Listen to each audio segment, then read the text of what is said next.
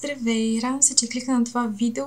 Приготвила съм това видео с голяма обич. Ще говоря с теб все едно, че си ми сестричка, защото аз минах през ужасна токсична връзка и не го пожелавам на никого. Тогава спомням, една жена ми помогна специфично. Толкова и бях благодарна, тя ми помогна да разпозная, че съм в токсична връзка, което дори аз нямах идея. И я питах как мога да й се отблагодаря и тя каза, когато излезеш от тази ситуация и се почувстваш добре, предай нататък. Защото наистина имаме нужда една от друга. По някой път просто дори не знаем какво се случва. С това днеска радвам се, че кликна. Нека да видим как може да разпознаеш, ако си в токсична връзка, ако той човек е токсичен, ако даже това момиче е токсично, да разпознаеш, ако имаш токсични отношения в живота си. Така, сега ще ти задам няколко въпроса, бъди искрена със себе си, защото това само може да ти помогне. Знам, че е неприятно понякога, знам, че може да бъде болезнено, но си струва да воюваш за свободата си, струва си да вървиш напред, да си радостна и щастлива. Така, първи въпрос, може ли да бъдеш себе си с него? Уважава ли те?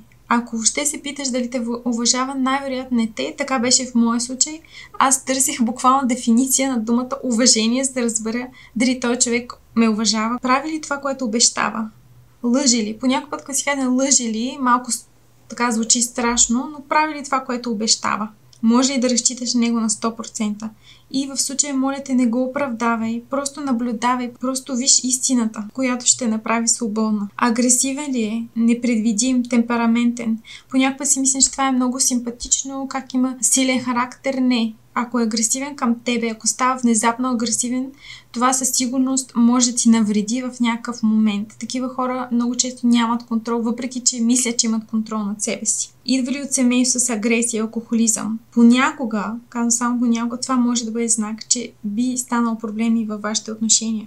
Има ли подреден живот? Има ли редовен живот, работа, приятели, хобита, режим дори, дали става и лягал в нормално време? Чувстваш ли се виновна, когато си с него? Все за нещо виновна. Трябва ли да се оправдаваш за нещата, които вършиш, начин си на живот, дори те са напълно невинни? Извиняваш ли се прекалено много пред него? Опитваш ли се да не го ядосаш на никаква цена, защото ще стане лошо? Ревнив ли е?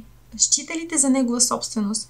Понякога това звучи много романтично, няма нищо романтично в това човек до тебе или който е да човек да си мисли, че има права над тебе. Някои мъже дори ревнуват от вашите приятели, приятелки, семейство, хобита. Деградира ли те пред другите или насаме? За изборите ти, хобитата ти, начинът ти на живот, каквото и да е, каквито и да е, уж ще ги... Не. Трябва да има уважение и разбиране.